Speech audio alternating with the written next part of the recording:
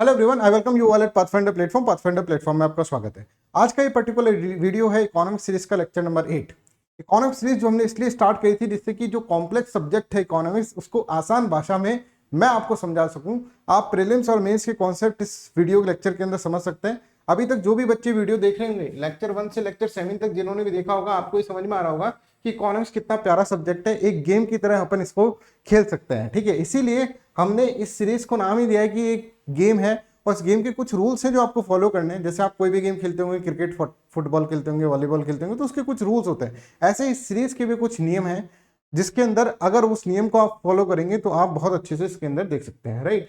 आप इस गेम को बहुत अच्छे से एंजॉय कर सकते हैं, राइट। तो यहाँ पर कुछ टॉपिक्स है जो आज अपन कवर करेंगे। Open market operation, repo rate, reverse repo rate. मैं आपको पहले बता दूं, ये वीडियो जो होगा 30 से 40 मिनट्स के बीच का वीडियो रहता है। एक आसान से भाषा के अंदर इकोनॉमिक्स में आपको समझाना चाहता हूँ। मैं नहीं चाहता कि आपके पास ऊपर बम्बार्डमेंट ऑफ इंफॉर्मेशन करूँ जिससे कि ये वीडियो बड़ा हो जाए, ठीक है, और बहुत सारे कॉन्सेप्ट एक साथ आपके दिमाग में। बस वही चीज जो आप रिटेन कर पाते हैं वो हम समझते हैं इसके अंदर। Rule of the game is that, पहला इंपॉर्टेंट रूल ये है कि आपको लाइव क्लासेस अटेंड करनी है। लाइव क्लासेस आपको अटेंड करनी है, इंपॉर्टेंट है। आपको शॉर्ट नोट्स बनाना है। This is very very important कि शॉर्ट नोट्स आपको इसके अंदर साथ के साथ बनाना है, ठीक है। ऐसा नहीं कि पहले वीडियो देख लेंगे फिर शॉर्ट नोट्स बनाएंगे। तीसरा इंपॉर्टेंट चीज आपको ये समझना है कि कोई भी अगर आपको डाउट हो तो आपको पूछना है। You have to ask the doubt, ठीक है। डाउट्स जो है उसको पूछो, रेज करो डाउट, कमेंट सेक्शन के अंदर लिखो जिससे कि मैं आपके डाउट्स को क्लियर कर सकूं। और चौथा इंपॉर्टेंट पॉइंट है this, revise this video as much as possible. अगर आपको ये वीडियो अच्छा लगे तो आप 5वां रूल भी फॉलो कर सकते हैं, जो कि मुझे पता है कि ये वीडियो आपको अच्छा लगने वाला है।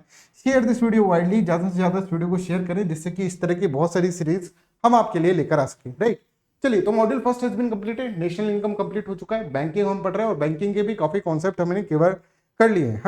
हमने पिछले लेक्चर्स के अंदर समझा था बेसिक ऑफ बैंकिंग, कॉन्सेप्ट्स क्या हैं बैंकिंग के, किस तरह से बैंक वर्क करता है, वो अपन ने समझा था। इसके साथ साथ फिर हमने समझा था कि किस तरह से बैंक की जो मॉनेटरी पॉलिसी होती है वो क्या होती है, एक्सपेंशनरी मॉनेटरी पॉलिसी क्या होती है, कॉन्ट्रैक्शनरी मॉनेटरी पॉलिसी क्या होती है, ये अपन ने समझा था। इसके साथ साथ हम कुछ रिजर्व रेशो के बारे में बात कर गए थे, है ना। मॉनेटरी पॉलिसी के अंदर क्वालिटेटिव और क्वांटिटेटिव टूल्स के अंदर सबसे पहले हम क्वांटिटेटिव टूल्स को लेकर आए थे और उसके अंदर कुछ हम रिजर्व रेशियोज के बारे में बात कर गए, जैसे कैश रिजर्व रेशो क्या होता है, एसएलआर क्या होता है, सीआरआर क्या होता है और उनका इकोनॉमी में क्या इफेक्ट पड़ता है। ये सब चीजें अपन पढ़ चुके थे, राइट। चलिए, अब आगे लेक्चर्स लेने से पहले मैं आपको बताना चाहता हूं कि पाथफाइंडर प्लेटफॉर्म आपके लिए एक अपॉर्चुनिटी लाया है अग्निपथ बैच की। ये बैच कल से शुरू हो रहा है, 3 जुलाई से, ठीक है। तो एक ही दिन का भी टाइम बचा है आपके पास, आप इस बैच को सब्सक्राइब कर सकते हैं। ये एक very very important golden opportunity आपके लिए है, जिसके अंदर आप ये देख सकते हैं 900 प्लस आवर्स का क्लासेस आपको प्रोवाइड किया जाएगा। Mains test series, prelims test series आपको प्रोवाइड की जाएगी और यहाँ पे कॉम्प्रिहेंसिव कवरेज किया जाएगा सिलेबस का। और यहाँ पर देखिए free mains mentorship and interview guidance program will also be there. और इसका फीस तो होना चाहिए 1 लाख से ऊपर। अब देखेंगे आप बहुत सारे कोर्स ऐसे चल ही रहे हैं, आप देखेंगे ना अकेडमी प्लेटफॉर्म पे भी बहुत सारे कोर्स ऐसे चल रहे हैं, पर यहाँ पर आपको 7,999 रुपीज़ के अंदर ये आपको पूरा प्रोग्राम मिल जाएगा। यहाँ पर ध्यान रखें, आपको जो कोड यूज करना है लाइव डीबी कोड यूज करना है। लाइव डीबी कोड इसलिए बोल रहा हूँ बिकॉज यहाँ पर मेरी 100% गाइडेंस आपके साथ रहेगी।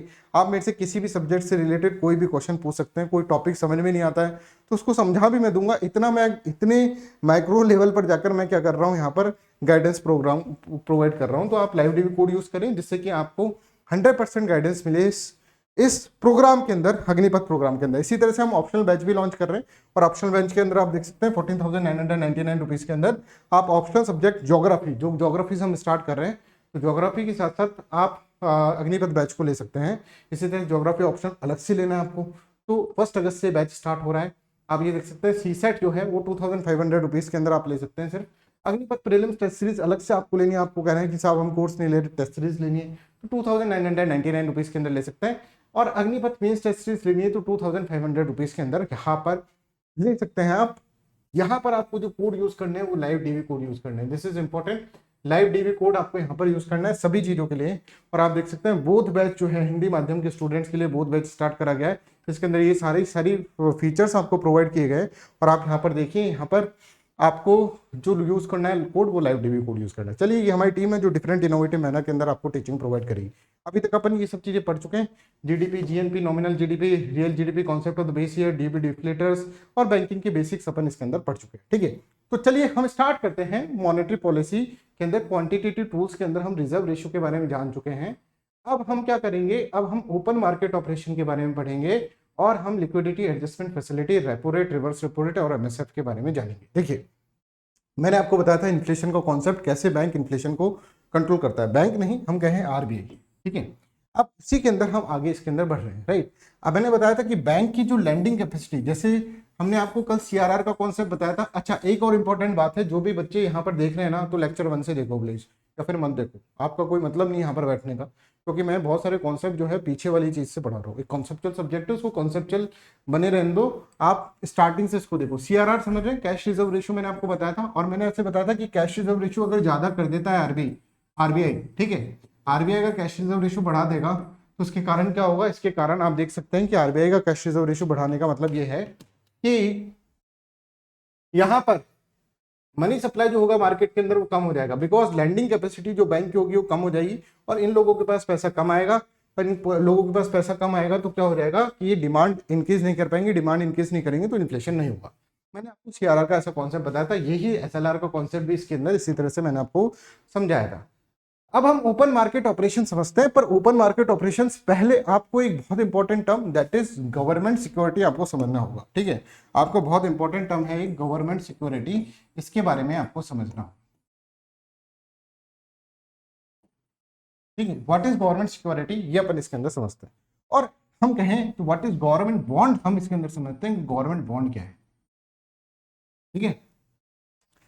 अब यहाँ पर ये दो वर्ड्स को अपन उसके अंदर समझ लें, दोनों एक ही वर्ड है, ठीक है। ऐसे समझो कि गवर्नमेंट बॉन्ड क्या होता है, ये समझो। गवर्नमेंट बॉन्ड एक जैसे एक पीस ऑफ पेपर है जिसके ऊपर लिख रखा है कि गवर्नमेंट ऑफ इंडिया का है, ठीक है। इसमें लिख रखा है प्रिंसिपल, इसके अंदर लिख रखा है 100 रुपीज, रेट लिख रखा है मान लो 10%। बहुत सिंपल वे में बता रहे हैं, ऐसा होता नहीं है, पर टाइम इज इक्वल्स टू, अगर मान लीजिए 2 ईयर्स इसके अंदर लिखा हुआ है, ठीक है। इसका मतलब क्या है, गवर्नमेंट, देखो कोई भी देश की गवर्नमेंट हो उसको उधारी लेनी पड़ती है। उधार क्यों लेना पड़ता है, देश को चलाना है, तो भाई इतने बड़े देश को चलाना है तो टैक्स के पैसे से काम नहीं चलेगा, उधारी हमको लेनी पड़ेगी। उधारी लेने का मतलब क्या है, उधारी लेने का मतलब क्या है कि वो ऐसे बॉन्ड जो होती है ना वो निकालती है गवर्नमेंट, और गवर्नमेंट यहाँ पर इस तरह से बोल रही है कि देखो भाई हम तुमको ये बॉन्ड देंगे, ठीक है, हम मार्केट के अंदर ये बॉन्ड निकालेंगे। ऐसा गवर्नमेंट कुछ इस तरह से बोल रही है कि जो बॉन्ड है उसको हम मार्केट के अंदर डाल रहे हैं, जिसको खरीदना है वो खरीद लो। मान लो कि एक फाइनेंशियल इंस्टीट्यूशन है, इसने गवर्नमेंट का बॉन्ड खरीद लिया, मतलब इसके पास अब क्या हो गया, गवर्नमेंट का बॉन्ड आ गया, 100 रुपीज का बॉन्ड आ गया, ठीक है। और इसने क्या करा, गवर्नमेंट को 100 रुपीज दे दिए। अब गवर्नमेंट ने इस बॉन्ड के अंदर ये लिख रखा है कि 110% और 2 ईयर की, मतलब 2 साल बाद हम आपको, अब यहाँ पर कैलकुलेशन इजी करने के लिए 1 ईयर ही कर लेते हैं, कि 1 साल बाद हम आपको कितने रुपए देंगे, 110 रुपए दे देंगे वापस। तो ये जो फाइनेंशियल इंस्टीट्यूशन था, मान लीजिए किसी बैंक था, कोई बड़ा इंडिविजुअल था, हाई नेटवर्थ इंडिविजुअल था, इसने क्या करा, ये बॉन्ड ले लिया, ये बॉन्ड ले लिया और इसको क्या कर दिए, इसको 100 रुपए दे दिए, क्योंकि इसको ये वादा करा है गवर्नमेंट ने। यहाँ पर गवर्नमेंट ऑफ इंडिया ये वादा कर रही है कि 1 साल बाद, 1 ईयर बाद हम आपको 10% इंटरेस्ट रेट पे पैसा वापस लौटा देंगे, मतलब 110 रुपए दे देंगे। तो गवर्नमेंट सिक्योरिटी क्या होती है, मतलब गवर्नमेंट बॉन्ड क्या होता है, एक तरह से गवर्नमेंट को मार्केट से पैसा उठाने का जरिया है। एक पीस ऑफ पेपर देना है जिसमें लिख रखा है कि गवर्नमेंट ऑफ इंडिया आपसे 100 रुपए चाहता है, दे दो भैया, तो दे दो, क्योंकि 1 साल बाद गवर्नमेंट ऑफ इंडिया आपको 110 रुपए दे देगा। That is known as what, that is known as government bond. और गवर्नमेंट बॉन्ड जो होता है ना, ये बहुत इंपॉर्टेंट होता है। अगर मेरे पास गवर्नमेंट बॉन्ड है तो इसका मतलब क्या है, बैंक को दिखाऊंगा, देख भाई मेरे पास गवर्नमेंट बॉन्ड है, मेरे को लोन दे दे, तो गवर्नमेंट जो बैंक होगा वो झट से लोन दे देगा। समझ में आ रहा है, क्योंकि उसको पता है कि भाई इस बंदे के पास 110 रुपए, ये गवर्नमेंट बॉन्ड नहीं है 110 रुपए। और गवर्नमेंट जो होती है वो सबसे इंपॉर्टेंट एंटिटी है, अगर अपन देखें तो सोवरेन एंटिटी है, वो कोई कंपनी नहीं है। कंपनी तो डिफॉल्ट हो सकती है, पर गवर्नमेंट का डिफॉल्ट होना मतलब बहुत बड़ी बात है। बहुत बड़ा संकट आ गया, फाइनेंशियल क्राइसिस आ गया, तभी जाकर गवर्नमेंट जो होती है वो डिफॉल्ट कर सकती है। तो I hope this is clear to everyone. यहाँ पे गवर्नमेंट बॉन्ड का मतलब क्या है ये मैंने आपको इसके अंदर बता दिया। अब ओपन मार्केट ऑपरेशन का क्या मतलब क्या है ये अपन इसके अंदर समझते हैं, ठीक है। अब ध्यान सुनिएगा, गवर्नमेंट जब भी उधारी करती है तो गवर्नमेंट का उधारी वाला प्रोग्राम कौन चलाता है, आरबीआई चलाता है। मतलब गवर्नमेंट आरबीआई से बोलेगी, हे आरबीआई मुझे देश चलाना, और देश चलाने के लिए मुझे 100 रुपए चाहिए। तो आरबीआई बोलेगा जो हुक्म मेरे आका, मैं क्या करता हूँ, एक 100 रुपीज का बॉन्ड निकाल देता हूँ मार्केट के अंदर, जिसपे 100 लिख दूंगा, 10% लिख दूंगा और 1 ईयर लिख दूंगा, और ये मार्केट के अंदर ये लॉन्च कर देता हूँ। मार्केट में बहुत सारे लोग खड़े हैं साहब, यहाँ पे बहुत सारा बैंक भी खड़ा है, जैसे बैंक खड़े हैं, हाई नेटवर्थ इंडिविजुअल खड़े हैं, बहुत सारे लोग ऐसे खड़े हैं। क्योंकि गवर्नमेंट बॉन्ड को लेना चाहते हैं, गवर्नमेंट बॉन्ड में इन्वेस्ट करना चाहते हैं एक तरह से, क्योंकि उनको पता है कि अगर अभी 100 रुपए देंगे हम तो गवर्नमेंट हमको बाद में जाके 110 रुपए देगी, और this is very very secure भाई, ये देगी ही देगी, ये कोई कंपनी नहीं है जो हमारा पैसा लेके डूब जाएगा, ये हमको देगी ही देगी। तो यहाँ पर आप देखें तो गवर्नमेंट से ये क्या करेंगे, बॉन्ड ले लेंगे। अब जैसे इन्होंने गवर्नमेंट से बॉन्ड लिया तो बॉन्ड, इनके हाथ में तो बॉन्ड आ गया, और इनके पैसे किसके पास चले गए, आरबीआई के पास चले गए। समझ में आ रहा है? तो यहां से अगर हम देखें तो गवर्नमेंट ने एक तरह से मनी जो है मार्केट में से खींच लिया ना, ये बात समझ में आई, मनी मार्केट में से खींच लिया। और जब मनी सप्लाई डिक्रीज हो गई, मनी सप्लाई गेट डिक्रीज, इसका मतलब क्या हुआ, इसका मतलब इन्फ्लेशन क्या होगा, बोलो सभी बच्चे, इन्फ्लेशन विल इंक्रीज और डिक्रीज, इन्फ्लेशन डिक्रीज हो जाएगी। तो इन्होंने क्या करा, इन्होंने सेल करी सिक्योरिटी कि भाई हमसे सिक्योरिटी ले लो, लोगों लालच में आ गए, लोगों ने सारा पैसा सिक्योरिटी में लगा दिया, और सिक्योरिटी का सारा पैसा जैसे आरबीआई के पास आया, आरबीआई ने दुबक के रख लिया उसको, तो 2 साल बाद मिलेगा या 1 साल बाद मिलेगा, जितना भी उस पर टाइम पीरियड लिख रखा है, और तब तक आरबीआई इन्फ्लेशन कंट्रोल कर लेगा, क्योंकि सारा पैसा तो आरबीआई का उनके पास, ठीक है, सारा पैसा तो मार्केट का आरबीआई के पास, ठीक है, समझ में आ रहा है? तो this is known as what, this is known as open market operation. समझ में आया? तो अब यहाँ पर देखो, it is buying and selling. Selling से क्या होगा, सेलिंग से तो भैया इन्फ्लेशन जो होगी वो कम होगी, और बाइंग से वापस जब खरीदता है ना, कि आरबीआई कभी खरीद लेता है कि भाई हमको वापस अपना बॉन्ड दो, ठीक है, या फिर अपन बॉन्ड परचेज का एक तरह से मेला लगाता है आरबीआई, तब जाकर जब तुम वापस बॉन्ड दोगे तो तुमको पैसा देगा आरबीआई, तो मार्केट के अंदर पैसा आ गया, राइट। तो it is buying and selling of government security in the open market in order to expand और contract the amount of money in the economy in order to control the inflation. When you increase the money supply, then inflation will increase. When you decrease the money supply, then inflation will decrease. तो government अगर मान लीजिए RBI cell करता है security का, तो it will result in withdrawing money from the bank, bank से पैसा चला जाएगा सारा किसके पास, आरबीआई के पास, तो बैंक नीचे प्रोवाइड नहीं कर पाएगा अगर बैंक गवर्नमेंट सिक्योरिटी खरीदता है तो। Now bank can not park their money to generate profit, ठीक है, क्योंकि उसने तो क्या कर दिया, उसने तो उसके ऊपर सारा का सारा पैसा आरबीआई को दे दिया, क्योंकि उनको गवर्नमेंट सिक्योरिटीज खरीदनी थी। तो देखिए, government bonds are mostly brought by the commercial bank, commercial bank खरीदते हैं, फाइनेंशियल इंस्टीट्यूशन कहते हैं, हाई नेटवर्थ इंडिविजुअल खरीदते हैं, एंड लार्ज बिजनेस कॉर्पोरेशन खरीदते हैं। तो लार्ज बिजनेस कॉर्पोरेशन कैसे खरीदते हैं, लार्ज बिजनेस कॉर्पोरेशन जैसे मान लो आईसीआईसीआई बैंक के अंदर का अकाउंट है, कोई अमीर आदमी है, इन्फोसिस का मालिक है, इन्फोसिस कंपनी है मान, ठीक है, अब इसको गवर्नमेंट बॉन्ड खरीदना है, इसको कहना है कि मैं गवर्नमेंट बॉन्ड में स्पेंड करूंगी, ठीक है, तो ये फोन करेगी अपने आईसीआईसीआई का, इसके अंदर अकाउंट है, उसको फोन करेगी, भैया क्या कर रहे हो आजकल, बोले भैया कुछ नहीं, खाली बैठे, तो एक काम करो, मेरे लिए गवर्नमेंट बॉन्ड खरीद दो 1 लाख रुपए के। तो आईसीआईसी बैंक अपना पैसा जो होगा वो 1 लाख रुपए, उसके जो अकाउंट में जो पैसा होगा वो ट्रांसफर कर देगा आरबीआई के पास, और आरबीआई इनको 1 लाख रुपए की सिक्योरिटी देगी, ठीक है। तो ये जो पैसा पहले बैंक में था, बैंक इसको लोन में दे सकता था, अब ये पैसा किसके पास आ जाएगा, आरबीआई के पास आ जाएगा। तो मनी सप्लाई विल डिक्रीज और increase, money supply will decrease, और इससे इन्फ्लेशन कंट्रोल होता है। तो जब भी आप सेल आउट करते हैं सिक्योरिटी को, when you are selling the security, then the जो मनी होगा that will be transfer to the central bank, और इससे क्या होगा, इससे आप देखेंगे इन्फ्लेशन जो होगी वो कंट्रोल है। Thus it can be said that the open market operation have an impact on the deposit and reserves of the bank and also play important role in ability to provide the credit, ठीक है। when a central bank wants to reduce the availability of money to the public, क्या करती है government जो होती है वो cell कर देती है बॉन्ड्स को। तो गवर्नमेंट जब जाती है कि भाई लोगों के हाथों में से पैसा ले लिया जाए, छीन लिया जाए, जिससे कि वो ज्यादा डिमांड में उठाएं, ज्यादा डिमांड उठाएंगे तो इन्फ्लेशन बढ़ेगी।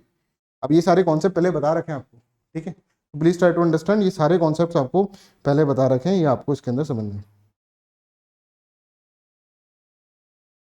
ठीक है। तो this is how you have to understand, इसके अंदर ये सब चीजें आपको इसके अंदर अंडरस्टैंड करनी होगी, राइट।